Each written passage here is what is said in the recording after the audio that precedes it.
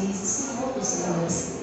Nós não viemos à ceia porque é um domingo. Nós não viemos à ceia porque é dia de comer o pão e de beber o vinho simplesmente. Mas é porque nós estamos demonstrando para a comunidade na qual nós estamos inseridos, no corpo no qual nós estamos vinculados, para nós mesmos, para o próprio inimigo e para Deus, que nós estamos perseverando até o fim. Glória a Deus.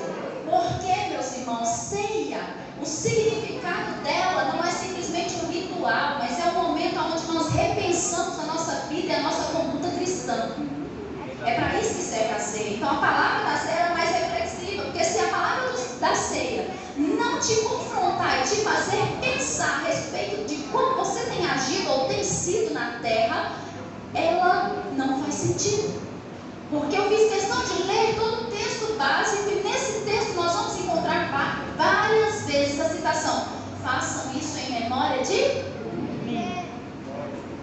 Entende? Então o que acontece? É um autoexame. Esse culto aqui é um culto de autoexaminação. Você não veio para julgar a roupa do outro, você não veio para julgar o pensamento do outro, a voz do outro, mas você veio para se autoavaliar. Esse é o propósito da Santa Ceia. Santa no sentido de ser sagrada. Esse é o nosso propósito aqui. É avaliarmos como nós estamos caminhando. Será que nós de fato estamos sendo preparados? Porque, meus irmãos, eu me batizei nas águas, eu tinha cerca de 14 anos. Então já tem mais de 25 anos que eu sou batizada. Então tem mais de 25 anos que, pela graça de Deus, todos os meses eu volto e relembro e reforço a minha comunhão com o corpo de Cristo. Se nós fizermos por ritualidade, simplesmente para cumprir o protocolo, em 25 anos eu já teria me cansado de todo mês ir na igreja tomar ceia. Mas o propósito da ceia não é ritualístico somente. O propósito da ceia é te levar a olhar para 3 direções diferentes. E é sobre isso que eu quero falar com você nessa noite. Amém? A ceia, ela reflete a nossa servidão a Cristo. A ceia, ela demonstra a nossa aliança com Deus. E o primeiro aspecto, a primeira direção que a ceia precisa nos conduzir o nosso olhar, a ceia sempre nos conduzirá a olhar para trás. Fazer isso em memória. Eu tenho memória do amanhã? Por quê? Porque eu não vivi o amanhã. Eu só tenho memória do que ficou para trás. Algumas coisas nas nossas vidas nós precisamos deixar no passado e não ficar alimentando ali no passado. Mas a ceia é um momento de trazermos à memória algo importantíssimo que foi feito lá atrás. E esse algo fantástico que aconteceu não pode ser esquecido. Não pode ser esquecido porque senão perde o sentido. Você já viu uma pessoa que perde a sua memória?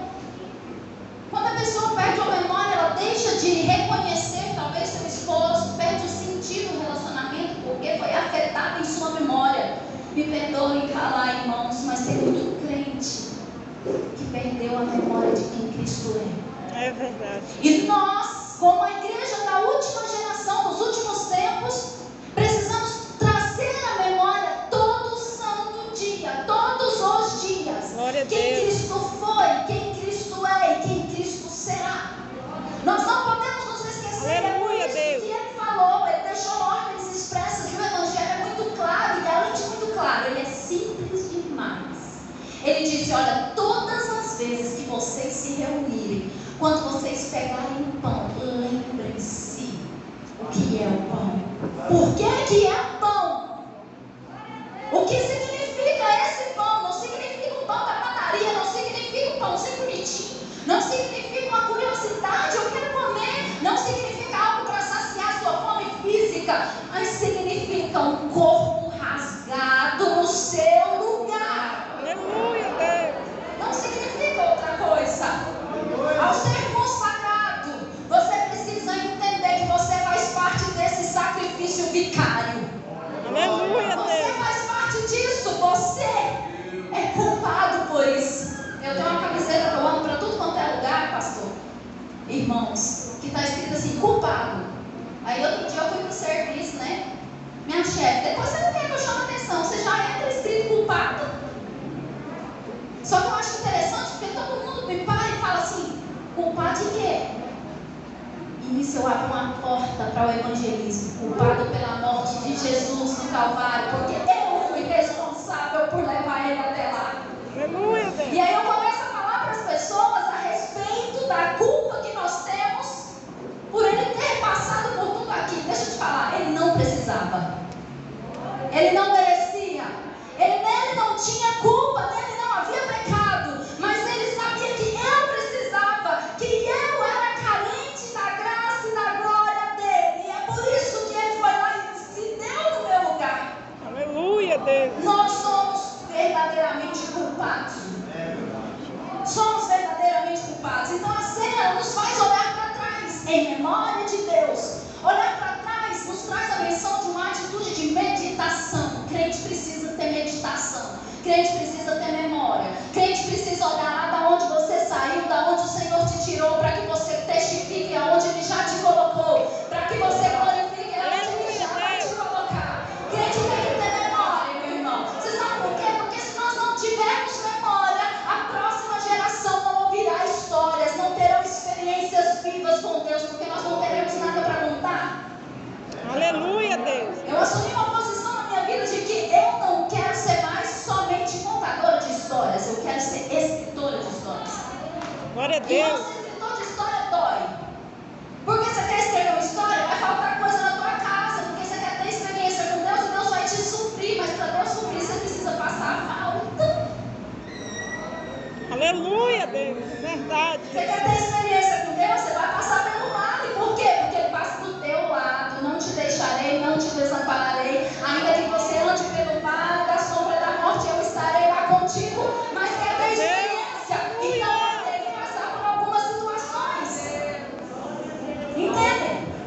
Deus nos ordena lembrar da sua morte. E detalhe, Deus não nos ordena lembrar dos milagres dele. Ele não diz assim, ó, todas as vezes que vocês sentarem para partir o pão, para tomar o vinho, lembra do vinho que eu multipliquei no casamento.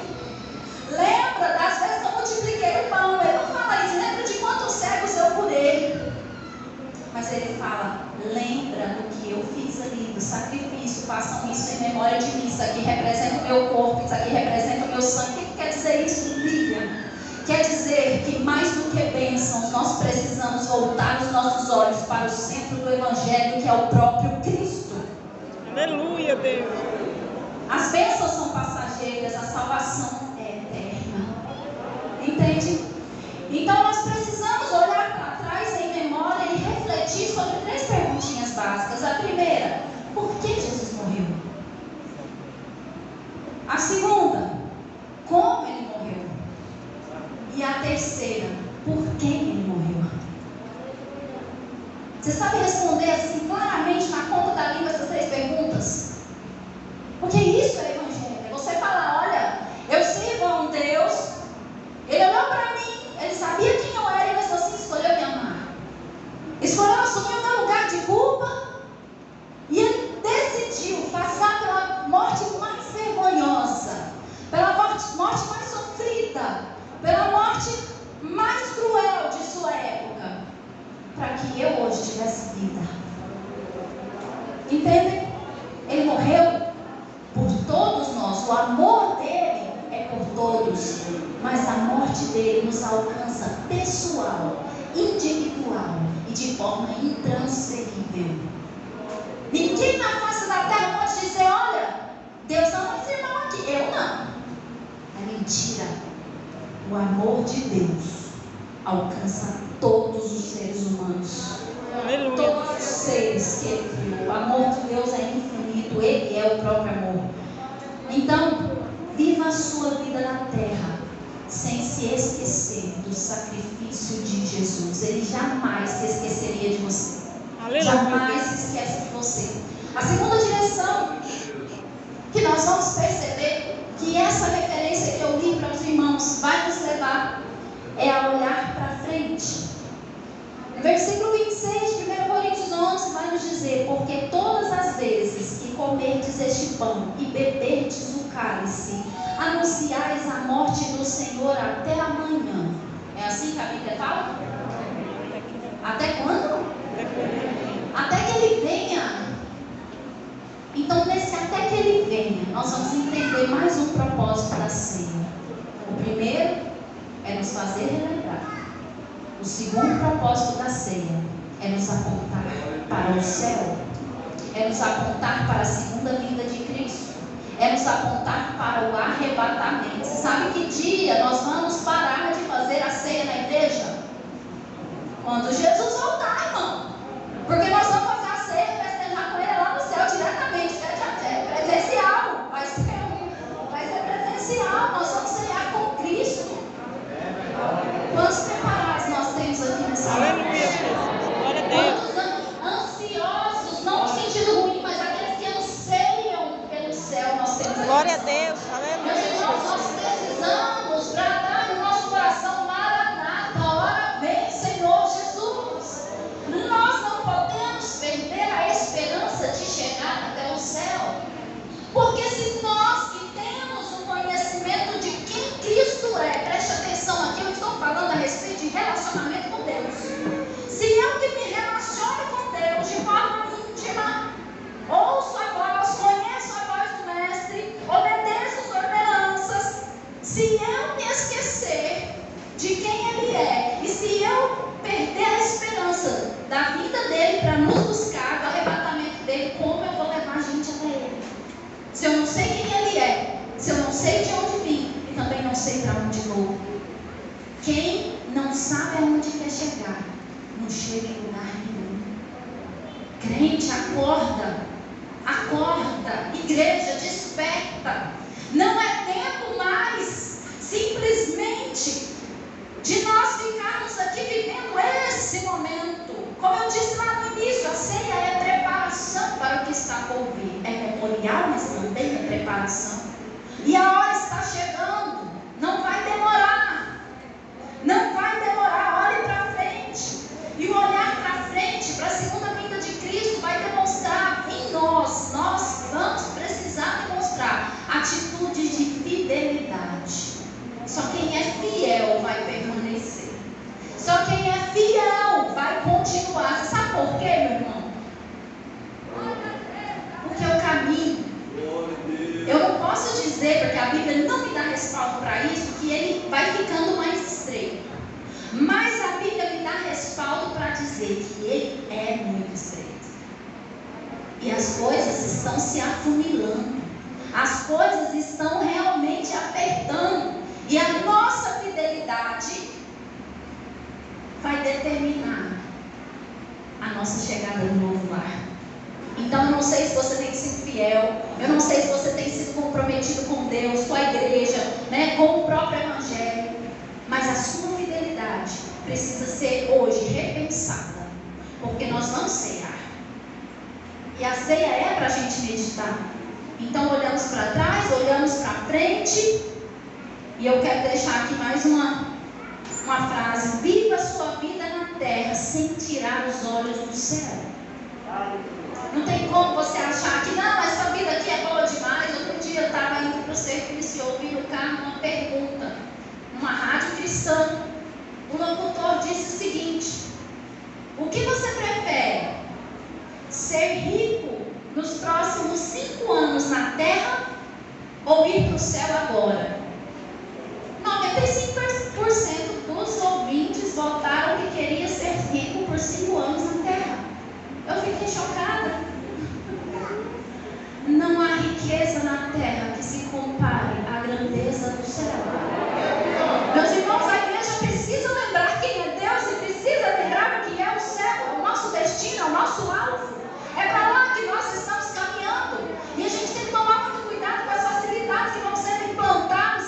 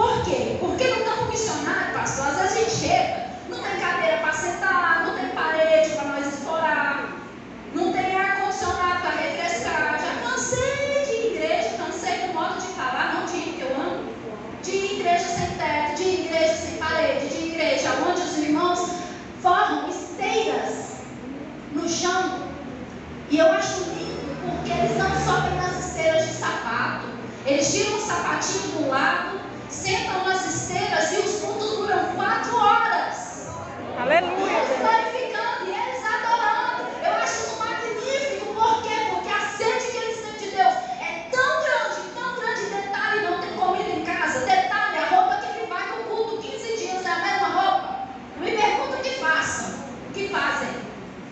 Mas eles estão adorando, estão celebrando. Tem um fato que me marcou muito. A gente vai para o campo e quando a gente chega ali para cultuar, numa certa feita eu deixei a bolsa no carro, né? A bolsa ali na Kombi que a gente estava. E na hora da oferta, eu não tinha oferta para dar. E lá na África, ali em Moçambique especificamente, eles têm música para tudo. Então a música da oferta, eles vêm cantando e dançando e ofertam. E eu tô lá, né, no culto, né? E cantando, sem saber cantar, porque eu não sei a língua deles direito. E cantando, sai o menininho lá do fundo. E quando eles não têm dinheiro, eles ofertam banana, eles ofertam laranja, eles ofertam o que eles têm. O menininho que saiu lá do fundo, veio, chegou do meu lado assim, colocou uma moedinha na minha mão e apontou, vai ofertar. Irmãos, minha cara caiu no chão. Eu falei, meu Deus, eles vão para a igreja, porque na igreja é servido um lanche e a refeição que eles têm naquele dia. E o menino armou uma moeda e me deu um tapa na cara ao mesmo tempo. Por quê?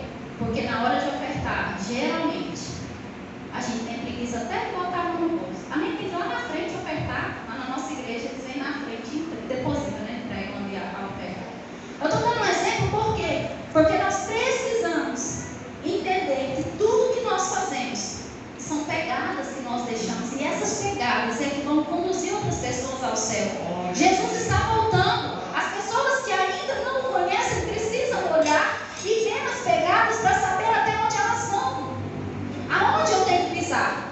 Nós estamos aí turistando, né? E a gente foi fazer alguns passeios nas dunas. E eu fiquei observando, tem lugar na duna que não pode pisar. Então tem um caminho, a gente olha o trieiro, ó, por ali, está todo mundo subindo por ali, tem os pezinhos já.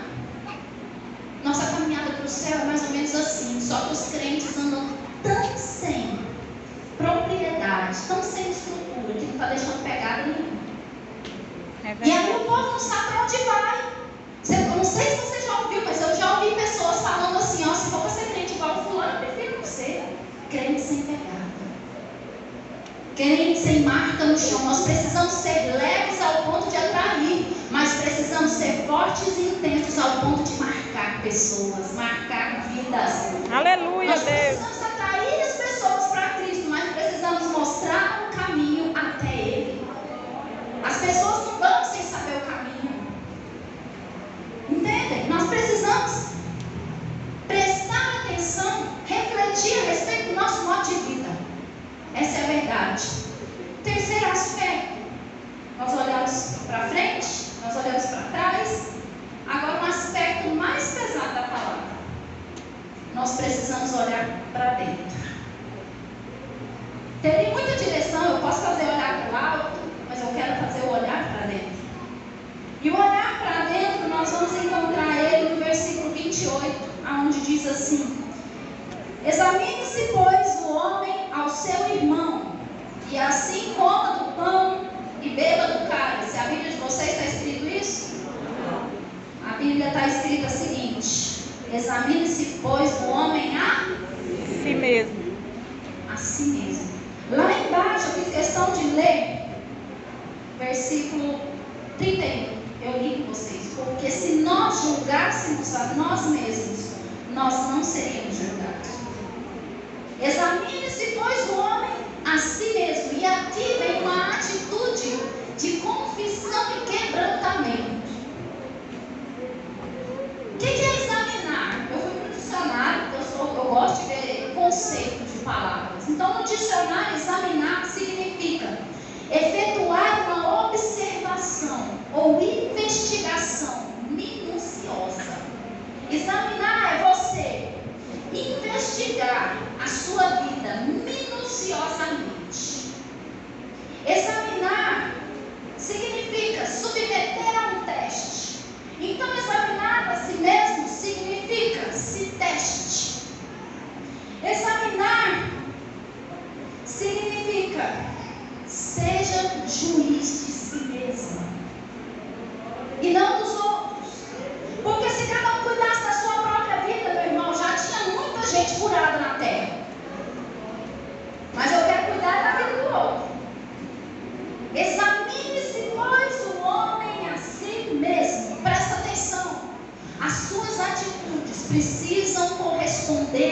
padrão do céu.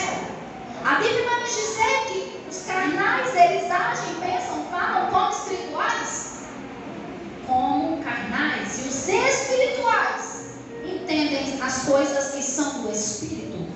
Mas pelas atitudes que nós temos, nós provamos qual é a nossa fonte, se é a carne ou se é o Espírito. E é por isso que nós precisamos examinar, peraí, o que eu estou fazendo aqui? É de mim? Isso é da minha carne ou isso provém do Senhor? Nós, igreja, precisamos avaliar se nós estamos auxiliando ou impedindo a expansão do reino na terra. Porque nós estamos aqui é para isso. Ou você acha que você está aqui só para ficar na sombra e água fresca? Não. Deus não nos chamou simplesmente para o conforto. Mas eu quero ter conforto, o Senhor pode te dar. Mas o Senhor te plantou na terra porque Ele tem um propósito contigo. O Senhor tem um propósito com a tua casa. O Senhor tem um propósito com os teus filhos. O Senhor tem um propósito com a tua igreja. O Senhor tem um propósito, Ele não erra. Ele não é Deus de acasos que te joga. Ele fala assim, se vira aí, vai desfrutar, vai viver do jeito que você quer. Deixa eu te contar algo interessante. O Senhor se importa tanto com você que Ele depositou na sua mão uma arma específica que só você sabe manusear. Aí fala, que arma é essa? Não sei, a sua é específica. A minha eu sei qual é. Senhor, trabalha comigo nas formas que eu falo, meu Deus, o que é isso? Eu conheço a pastora que estava ali em Moçambique quando eu estive ali. Sabe qual foi a arma que Deus deu para ela em primeira instância para conquistar ali? A sua primeira igreja. Não é a primeira igreja templo, é a primeira igreja de gente que foi aceitando Jesus. Pão de queijo, você já ouviu falar? E desde quando isso é arma de guerra, pastora? Desde que você se disponha a usá-la. Os moçambicanos não conheciam pão de queijo, mas ela sabia fazer pão de queijo como ninguém. Então ela arrumou os ingredientes similares, porque não tinham todos como daqui. Foi ter que ensinar eles a fazer polvilho, porque lá eles comem as folhas das mandiocas e jogam as mandiocas fora, gente. As macaxeiras, né? Eles jogam as macaxeiras fora e comem as folhas. Ela pegou a raiz, ela foi fazer polvilho para ensinar eles a fazer pão de queijo. E cada ingrediente ela botava um significado bíblico. Olha, isso aqui representa Jesus. Olha, isso aqui é Jesus na sua vida, porque eles foram entendendo de maneira simples quem era Jesus e o que Jesus fazia. Era uma analogia. Vocês estão entendendo? Amém, Jesus. E eles foram entendendo e falaram, Jesus pode fazer isso com a minha vida? Pode, então eu quero esse Jesus. E foram largando a feitiçaria, e foram largando a bruxaria, e foram aceitando a Jesus, e foram se batizando nas águas. E ela retornou agora e deixou lá mais de 10 igrejas formadas, consolidadas para o nome do Senhor. O problema não é simplesmente a arma que Deus te deu. O problema é que você não quer usar a arma que Ele te deu. É, glória a Deus. Deus te deu uma habilidade que só você sabe fazer muito bem. E dentro dessa habilidade você pode ganhar muitas almas para Ele. Então avalie as suas atitudes. Olhe para você. Preocupe-se com você. Como está a sua vida com Deus? Tem crente que não ora faz tempo sozinho. Ora no conjunto, no corpo. Mas na intimidade nunca soube o que é um secreto. Tem crente, está na igreja há 50 anos. Se você conceder o microfone e falar, ora, não sei orar. Estou dizendo 50 anos aleatoriamente, irmãos. Será muito tempo. Nós precisamos ter intimidade e profundidade. Lembrei também de um exemplo. Na nossa igreja, uma das professoras da escola de crianças, né, da sala das crianças, discutiu com a outra lá. Discutiu assim, trocou umas palavras e ficou magoada com a outra. As duas são professoras das crianças. Uma se deu por resolvida, pediu perdão, resolveu e seguiu a vida. A outra não perdoou. E outro dia eu estava ali na igreja e a que não liberou perdão viu a outra dentro da salinha das crianças. E era dia dessa moça que não liberou perdão ministrar aula para as crianças. E ela veio de lá nervosa e falou: pastor, eu não vou dar aula para as crianças hoje. A fulana está lá dentro da sala. E eu sou meio curta e grossa, sabe, irmãos? Não volta para falar, não. Eu virei e falei: irmã, a obra não é sua. A obra é de Deus. Virei as costas e saí. Cheguei lá na frente e deu um clique. Você não podia ter falado assim. O clique foi meu mesmo, foi de Deus não. No final do culto ela me procura. Ela falou: pastor, aquilo que a senhora me falou me confrontou de uma tal forma que eu não tive coragem. Eu não estou aqui dando aula para as crianças por causa dela, né?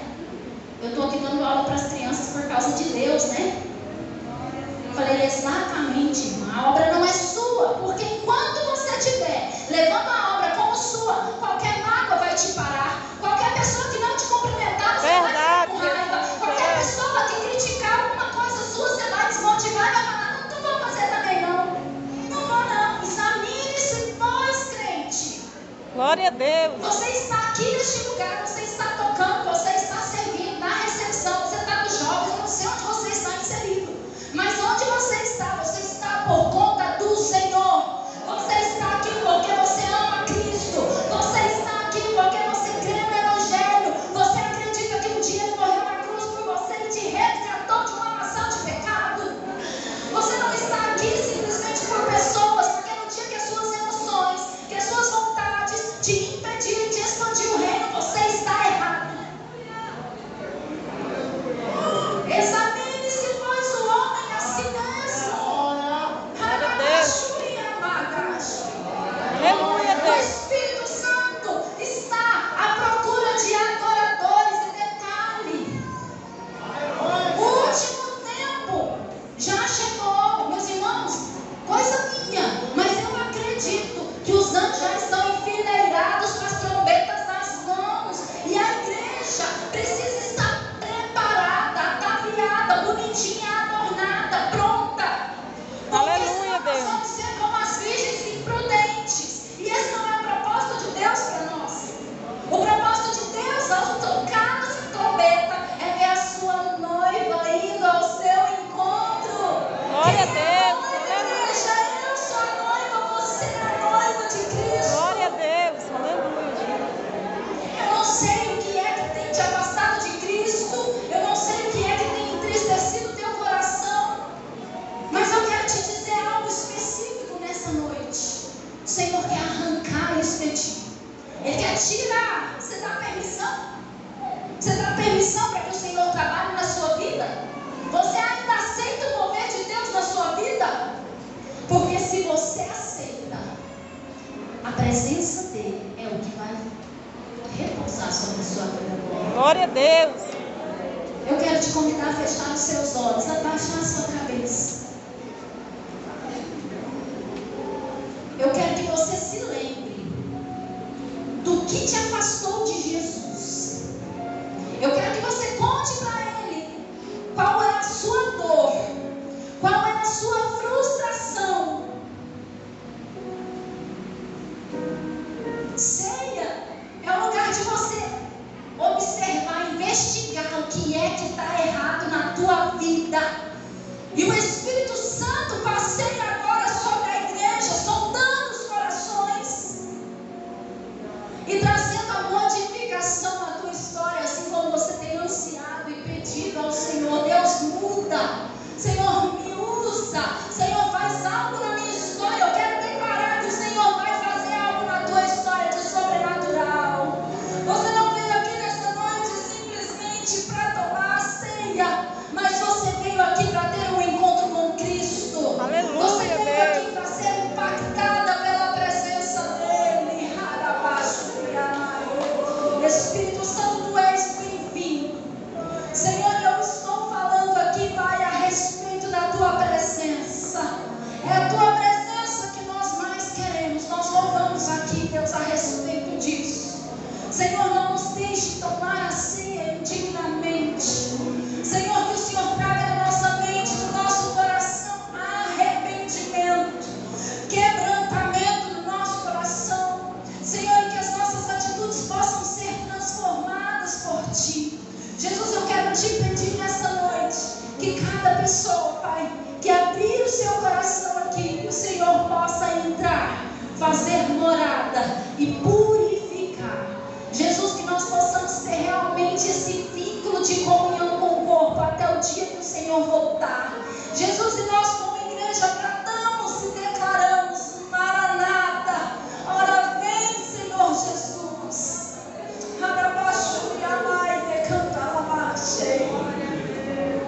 Espírito Santo, obrigado pela tua presença. Amém. Meus queridos, nunca se esqueçam o propósito da ceia. Ceia não é para bater ponto. Nós pastoreamos numa igreja uma vez que na semana da ceia fazia fila no gabinete. Tinha um monte de gente querendo conversar. Na semana da ceia, eles iam, confessavam todos os seus pecados. Depois da ceia, a vida voltava ao normal. Pecado de novo. Alguns nós disciplinávamos, outros não era caso de disciplina, mas era caso de orientação, nós orientávamos. Mas nós não podemos nos consagrar só na semana da ceia, porque pode ser que Jesus vai voltar na semana que não vai ter a ceia. A gente não pode